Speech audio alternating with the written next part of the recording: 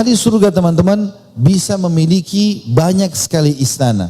Tergantung dari amal dia. Makin sering dia beramal maka makin banyak istana. Jadi tidak harus punya satu rumah atau istana. Sebagaimana sabda Nabi SAW, siapa yang membaca Qul huwallahu ahad dalam sehari 10 kali, Allah akan bangunkan baginya istana di surga. Qul huwallahu ahad ini teman-teman baca 10 kali tidak mengambil waktu 5 menit.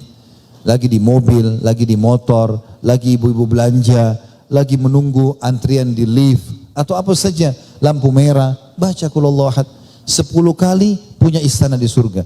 Artinya kalau Bapak Ibu ulangi sampai 100 kali baca Qul huwallahu ahad dalam sehari, itu bisa punya 10 istana di surga. Begitu juga sabda Nabi SAW, sampai membangun rumah Allah, masjid di muka bumi, Allah akan bangunkan baginya istana di surga. Ada sahabat bertanya, ya Rasulullah, tidak semua orang mampu bangun istana di surga, tidak semua orang mampu membangun masjid di dunia. Kata Nabi SAW, Allah akan berikan pahala istana ini, walaupun orang cuma membangun masjid di muka bumi sebesar sarang burung.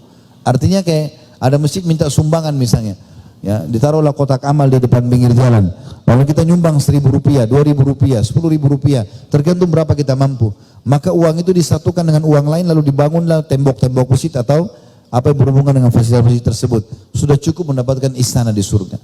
Dan teman-teman harus tahu, setiap hari buku amal kita ada. Jangan cukupkan dengan amal yang pernah kita lakukan. Contoh, kita lewat masjid ada kotak amal, dia minta sumbangan. Kita sudah nyumbang di hari ini. Besok kita lewat, banyak orang tidak nyumbang lagi dengan alasan kemarin sudah nyumbang. Kemarin sudah dicatat. Hari ini bagaimana? Kita tetap butuh itu. Dan setiap kali kita sumbang, dapat istana satu di surga. Kenapa enggak sumbang? Kalau selama sebulan kotak amal itu setiap hari kita sumbang, kita punya misalnya 30 istana di surga. Sangat mudah gitu ya. Dan kita juga perlu titik beratkan di sini teman-teman. Saya perlu hubungkan juga dengan apa tadi yang saya jelaskan masalah sedekah yang merupakan penyebab masuk surga. Kita harus faham beda fungsi dari zakat dan sedekah. Ini beda fungsi. Bagi Bapak Ibu yang Allah berikan kelebihan rezeki kemudian dia zakat harta setahun sekali, ini zakat teman-teman kewajiban kita. Fungsinya membersihkan harta, itu fungsinya. Diambil dari kata-kata zaka yuzaki, arti pensucian. Ini pensucian. Jadi kalau misalnya kita punya restoran, kita punya apalah usaha, toko baju, butik misalnya, ada orang datang belanja, kita nggak tahu uang ini dari hasil zina, hasil curi kah, kita nggak pernah tahu. Tapi masuk ke uang kita tercampurlah. Zakat fungsinya membersihkan itu. Kalau sedekah fungsinya memperbanyak harta. Banyak orang tidak memahami masalah ini. Sehingga kalau zakat hartanya banyak, misalnya 100 juta dia keluarkan atau 1 miliar zakatnya.